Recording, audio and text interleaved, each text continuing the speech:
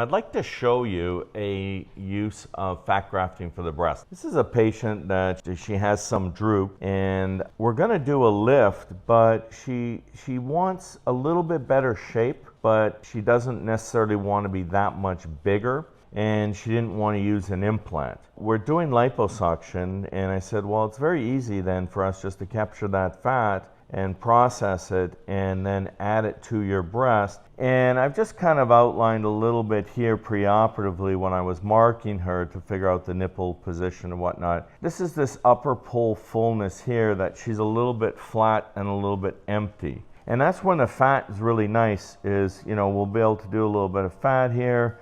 We're able to kind of thread this through, and I'll be able to bring up and develop more of her cleavage here, get rid of some of this hollowness and flatness in the upper pole. So this is the prepared fat. So this has already been prepared into the correct size.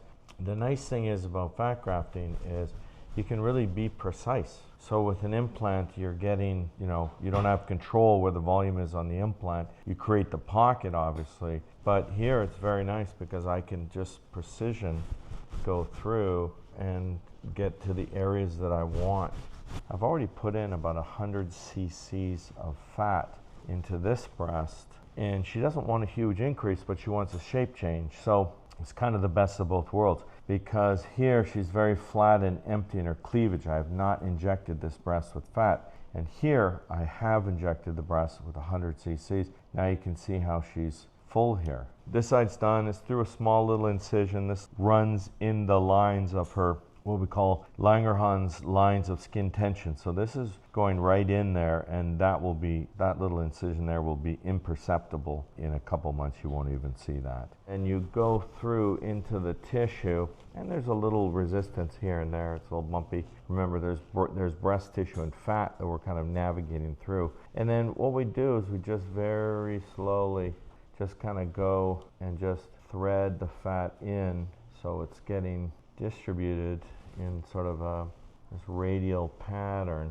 Then I come from another incision and go back this way. And so you go from different angles, and then you create this lattice that's in here, so you get a nice distribution of the fat. You know, you don't want to have all your seeds in one place of the soil.